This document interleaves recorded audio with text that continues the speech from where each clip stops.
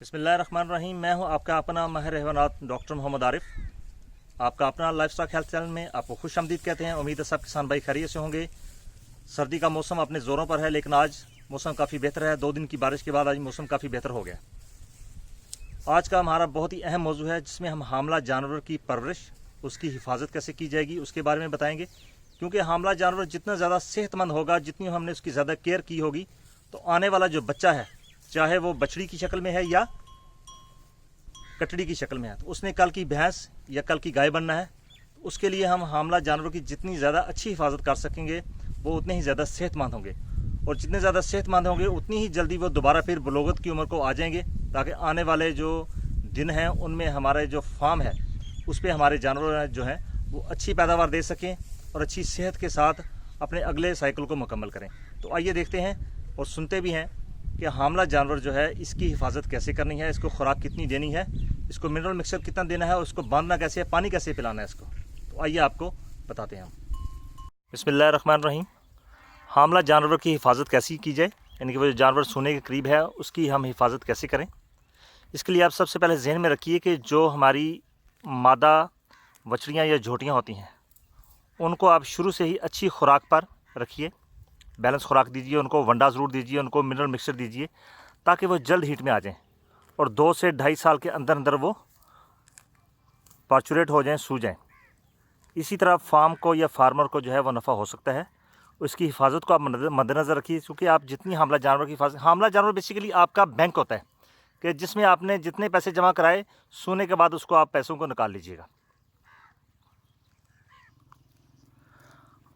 हामला जानवर की अच्छी हिफाजत, अगर उसको अच्छे इंतज़ाम से उसको पाला जाए, तो बच्चा जो है वो सेहतमंद पैदा होता है और जानवर में दूध की पैदावार भी जो है वो बहुत अच्छी खासी बढ़ी रहती है। और जब तक उस जानवर ने दूध देना है, चाहे वो 1 साल की मुद्दत है, 8 माह की या 9 माह की मुद्दत है, दूध हमेशा बढ़ा ही रहता है।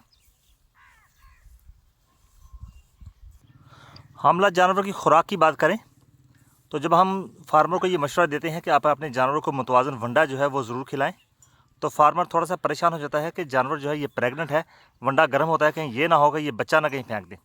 ऐसी हरगिज़ नहीं है, ये बिल्कुल खाम ख्याली बातें हैं जो कि एक दूसरे से फार्मर ने सुनी होती हैं। हामला जानवर की आपने खुराक का ख़ास तौर पे ख्याल रखना है, और इनकी खुराक जो ये ले रहे हैं, जिसमें कि सब्ज़ चारा है, तूड़ी है और फलीदार जो है सब्ज़ चारा वो भी शामिल है। इसके साथ साथ आपने 1.5 से 2 किलोग्राम जो है ये मुतवाज़न वंडा आपने इसको खिलाना है लाजमी। लेकिन इतना ज़्यादा भी ना खिलाएं कि जानवर जो है वो बहुत ज़्यादा मोटा हो जाए, चर्बी चढ़ जाए उसको। ऐसी सूरत हाल में अगर जानवर फैटी है तो उसको पीछा मारने की जो मर्ज़ है, जिसको हम प्रोलैप्स कहते हैं, ये बढ़ने के चांस ज़्यादा हो जाते हैं। ऐसी सूरत हाल में बिल्कुल दरमियाना रास्ता इख्तियार कीजिए, लेकिन इतना भी दरमियाना इख्तियार ना कीजिए कि चारा बिल्कुल इसका आप कम कर दें। अगर आपने इसका चारा कम कर दिया तो जानवर जो है वो कमज़ोर हो जाएगा, पतला हो जाएगा, और ज़ाहिर है जो अंदर बच्चा पल रहा है, जिसने कि अगली नस्ल के लिए झोटी बनना है या झोटा बनना है, तो वो बहुत कमज़ोर होगा। और जानवर ने सोने के बाद जो दूध की पैदावार है, ज़ाहिर है वो भी आपने उसने बढ़ानी नहीं है, बल्कि कम हो जानी है। अगर हम पानी की बात करें तो हामला जानवर को दिन में कम से कम 4 से 5 मरतबा पानी पिलाएं। बेहतर यही है कि 24 घंटे पानी की जो फ्री एंट्री है वो उसको रखें कि जब उसका जी चाहे वो पानी पिए। हामला जानवरों को हर किस परेशान ना होने दें, यानी कि मौसम की जो सख्ती है वो उसको ना आने दें। अगर ज़्यादा सर्दी है तो सर्दी से बचाने का इंतज़ाम कीजिए। सुबह जानवरों को जल्दी अपने कमरे के अंदर से बाहर निकालने की ज़रूरत नहीं है, बल्कि जब धूप आ जाए तो फिर, और शाम होते ही जानवरों को अंदर कर दीजिए। अगर गर्मी ज़्यादा है तो जानवरों को दिन में 2-3 मरतबा नहलाएं, पंखा लगाएं, ताकि वो मौसम की शिद्दत जो है वो उस पर असरअंदाज ना हो सके। अगर मौसम की ज़्यादा शिद्दत होगी तो ऐसी सूरत हाल में जानवर जो है वो बच्चा फेंक भी सकता है, बारिश हो सकती है।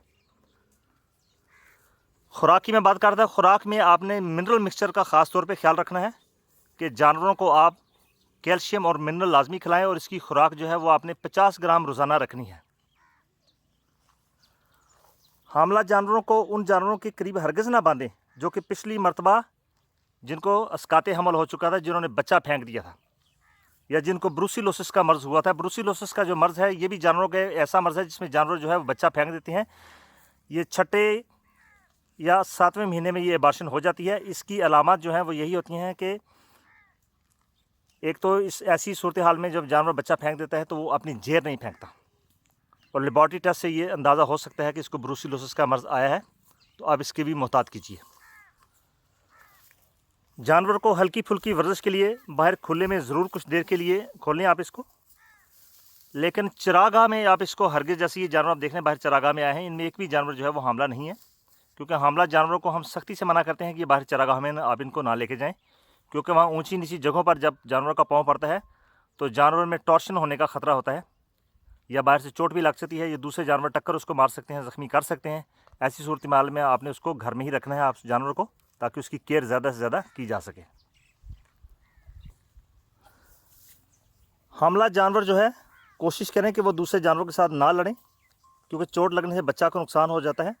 इस बात का भी खास ख्याल रखें कि बाज़ फार्मर हज़रात ने डॉग्स, कुत्ते रखे होते हैं, वो जो हमला जानवर के पीछे अगर वो भाग रहे हैं तो जानवर बहुत स्पीड से जब भागता है तो फिर भी बच्चा को नुकसान होने का ख़तरा है। हमला जानवर को फिसलन वाले फर्श पर हरगिज़ ना बांधें, क्योंकि जो जानवर का वज़न बढ़ता है तो फिसलने के चांस भी ज़्यादा बढ़ जाते हैं। ऐसी सूरत हाल में जानवर अपने हड्डी तोड़ा बैठता है या जोड़ जो है वो निकल जाते हैं। जानवर की जो एग्जैक्ट तारीख है कि इसने इस तारीख को सुना है या डिलीवरी इसकी होनी है, तो आप 2 हफ्ते पहले ही जानवरों को किसी और जगह पर शिफ्ट कर दीजिए, और सुबह शाम नज़र रखिए ये जगह मुकम्मल तौर पर खुश्क, हवादार और नरम हो। आखिरी 2 माह में जानवर का वंडा मज़ीद 1 किलोग्राम मज़ीद बढ़ा दें, क्योंकि आखिरी जो 3 माह होते हैं जानवर के, इनमें बच्चा जो है वो दुगना बढ़ रहा होता है, तो जो मिनरल होते हैं उनकी भी जो है ज़रूरत बढ़ जाती है, खुराक में प्रोटीन, कार्बोहाइड्रेट्स की भी ज़रूरत पड़ जाती है, तो हमें एक्स्ट्रा इसकी केयर करनी पड़ती है। तो इस लिहाज से आप वंडा जो है 1 किलोग्राम मज़ीद बढ़ा दें।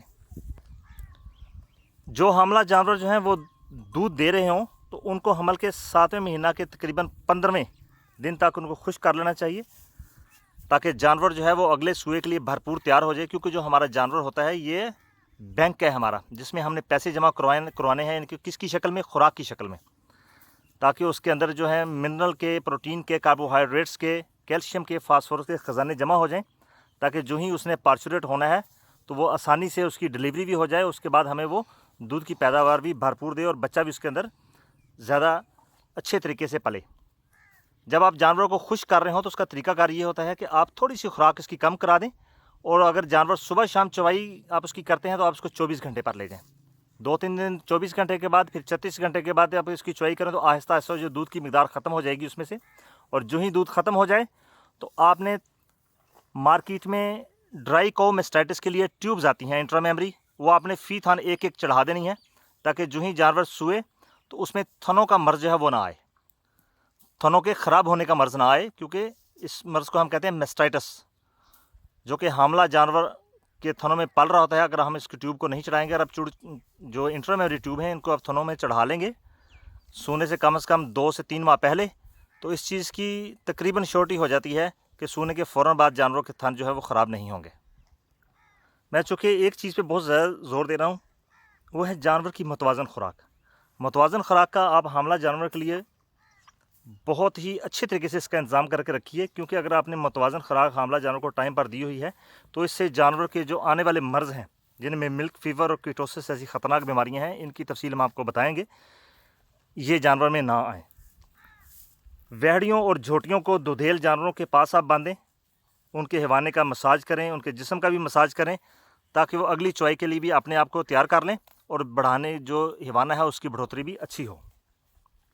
जानवरों को सोने से 3 से 5 दिन पहले कब्ज़ की खुराक ज़रूर दें, जिसमें चोखर गंदम 3 किलोग्राम, 50 ग्राम मिनरल मिक्सचर, 50 ग्राम मैग्नीशियम सल्फेट और 500 ग्राम मूंगफली की खल शामिल है। ये भी बच्चे की डिलीवरी को आसान करते हैं। जानवर की सोने की, इनके डिलीवर होने की जो अलामात हैं उनका मुशाहिदा करें, जैसे कि बैरूनी अज़ाए मखसूसा की सूजन है, हिवाना का दूध से भरा होना। इन चीज़ों का आपको जब इल्म होगा तो आप भरपूर तरीके से जानवर के करीब होंगे, और खुदा न खास्ता पार्चुरेशन के करीब, यानी कि जो जब वज़ाए हमल होना है उसका, तो उसमें अगर कोई पेचीदगी आती है तो आप फ़ौरन से पहले उसको मॉनिटर भी कर सकते हैं, देख भी सकते हैं, ज़रूरत पड़े तो अपने डॉक्टर को भी बुला भी सकते हैं आप।